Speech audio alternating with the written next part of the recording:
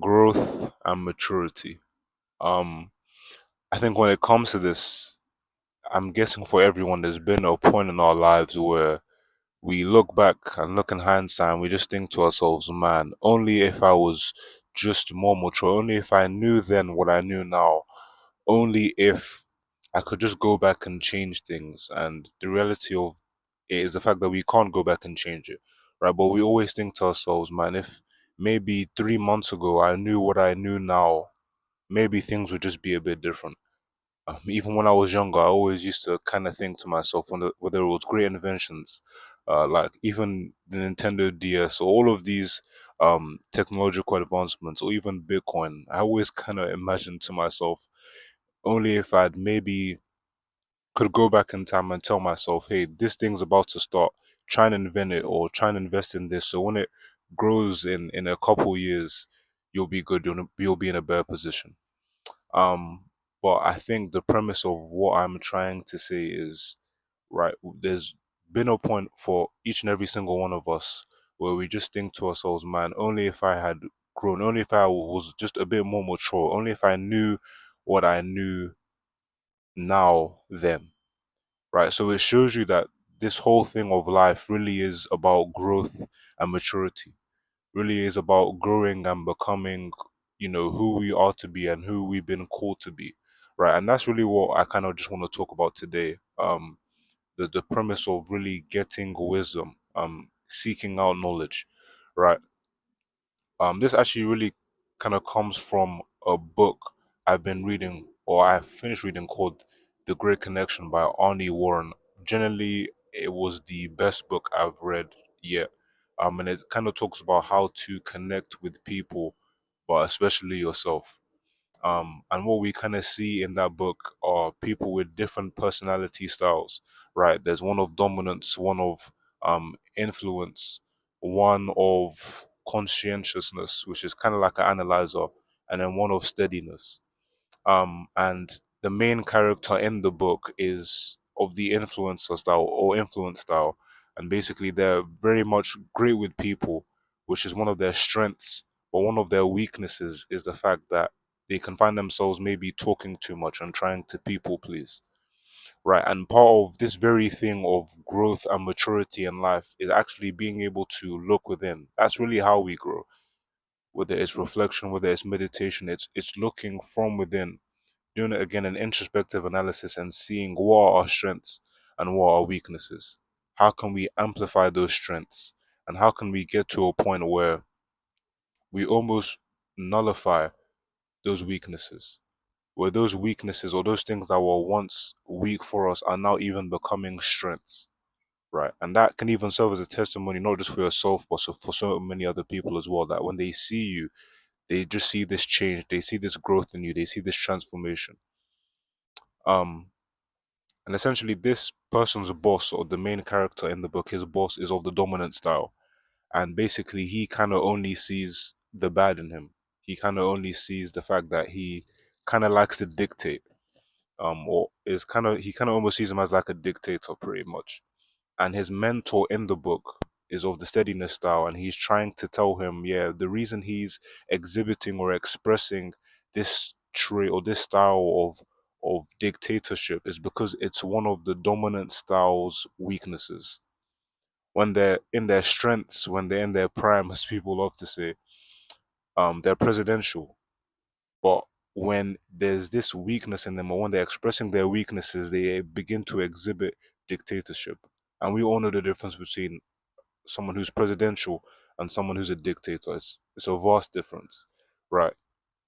One sees the need for this control of power, while the other, in the power that they do have, begins to encourage, edify, and help others, right? So it's in this we begin to realize, okay, in us doing this analysis, doing this reflection of ourselves, and even in the book, the main character does this, and throughout the book, we see this growth and maturity in themselves, and them becoming someone and doing things that they never thought they could actually do, right? But this all started through reflection. This all started through looking within, and that's really what I propose to you guys today. When it comes to us growing, when it comes to us maturing, we really have to look again and analyze what are the weaknesses we have, what are the strengths we have, right? How can I, build on these strengths, and how can I work on these weaknesses? Work on these weaknesses to a point where they even become strengths, right? It's just not about being perfect, but it's about really and truly knowing yourself and just working on yourself, improving yourself. And even in this thing of, improving yourself and growing and maturing, you're not doing it for other people. I think it can be so easy to be honest with you. We're so caught up in, as I improve, as I grow, as I mature, people seeing it, this person seeing, that person seeing, and getting compliments. But it's really not about that. This self-improvement, this growth and maturity which you have in your life is for you, it's for yourself. And a line the book says, which is really so powerful, is that you are your highest priority. Saying that, before you even make any decisions, before you even do this or you do that, you have to look, is this truly beneficial for me? Even the Bible talks about the fact that, all things are lawful, but not all things are beneficial. And we can really apply that to self, right? You can go and do anything, right? Because you have free will, but is it beneficial for me to do certain things with this free will that I have? And I believe that really is a message which I'm trying to get across to you guys today, right? You can do anything, but why not spend time, growing and maturing yourself? Why not spend time growing and maturing yourself so that when the time does come, as you get older, as you have to make more meaningful decisions, you're not looking back and regretting, man, I wish I had done maybe a bit more with my time.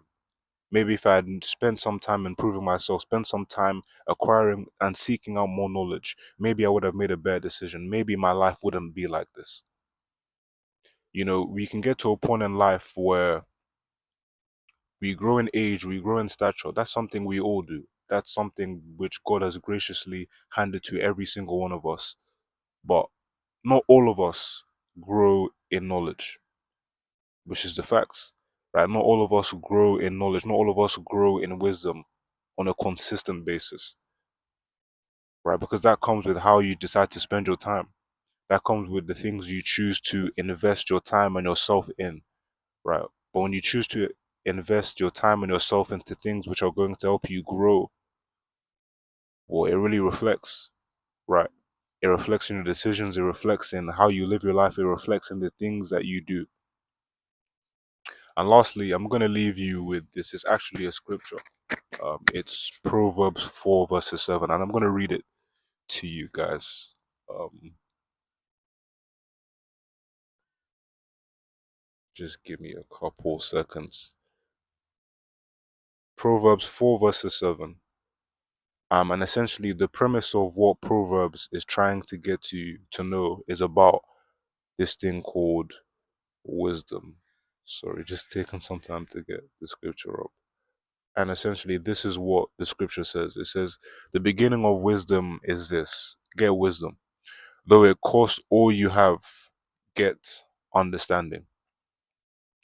Right. And some of you might even ask yourselves, okay, what is wisdom really?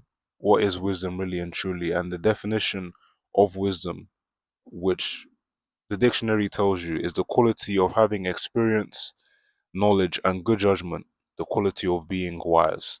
I find it quite funny how sometimes we kind of use the very word to define the word, but you kind of get the main point of what the definition of wisdom is trying to say, right? And in having this good knowledge and having the quality of this good judgment, that's really what wisdom looks like, right? But the reason why I was saying before we ought to seek out knowledge first is because wisdom and knowledge go hand in hand, right? The verse even talks about knowledge and how wisdom go hand in hand. And really, the whole chapter is trying to get you to know how powerful wisdom is. It talks about how wisdom can preserve your life, and really, it can do, right? If you know to make the right decision and not the wrong decision, there's certain things you don't do, there's certain places you don't go, right? It talks about how wisdom really even attracts riches and honor, and in truth, it does, right? If you know how to make the right decisions, you know what to invest in and what not to invest in, even in yourself, right? Not even just talking about financial investments. Well, if you invest in yourself, your value is going to grow, and as your value grows, the things around you also begin to grow. So it's only just a fact. It's only as a result of that that your riches and your finances and all of these things begin to grow as well. But the reason I was hammering in knowledge first is the fact that we all acquire knowledge, right? Whether it's through school, whether it's through education, this life is handing you knowledge left, right, and center. But not all of it is good, right? We're on this journey to seek good knowledge, to seek knowledge that really helps us grow and helps us be the best version of ourselves, right? So as we seek out this knowledge, again, this could be through reading the Bible, this could be through reading books. I really and truly never knew how powerful books were. There's just some things that are in books that just simply aren't online. And it's really transformed my life, seeing how powerful books really and truly are. Right. But as we seek out this knowledge, right, and as we acquire this knowledge, we absorb it through reading it, through watching things, and through even experiences, right? Experiences give us knowledge. Life is a journey and with experiences, and it gives us various knowledge which we need to continue on in this life. Right. So as we get this knowledge, now the difference between wisdom and knowledge is the application of it. That's what wisdom is. Right. I now have this knowledge. Right. But only a fool would have knowledge and not choose to apply it. You now have knowledge. Maybe it's through reading the Bible, it's through reading books, it's through reflection, it's through meditation, it's through looking within.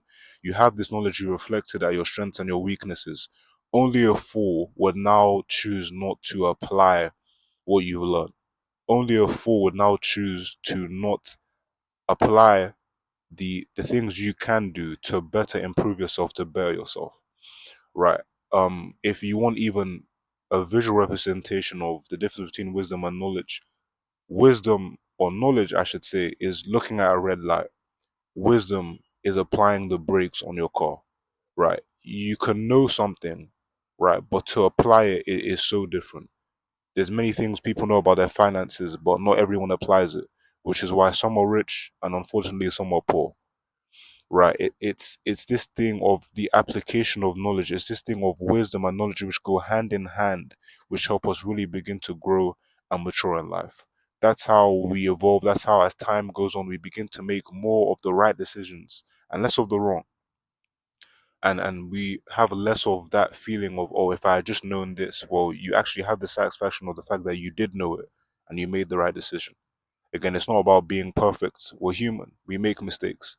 But even in those mistakes, it's being able to limit those mistakes. And even when you do make those mistakes, growth and maturity is making the mistake, learning from it, improving, and going on.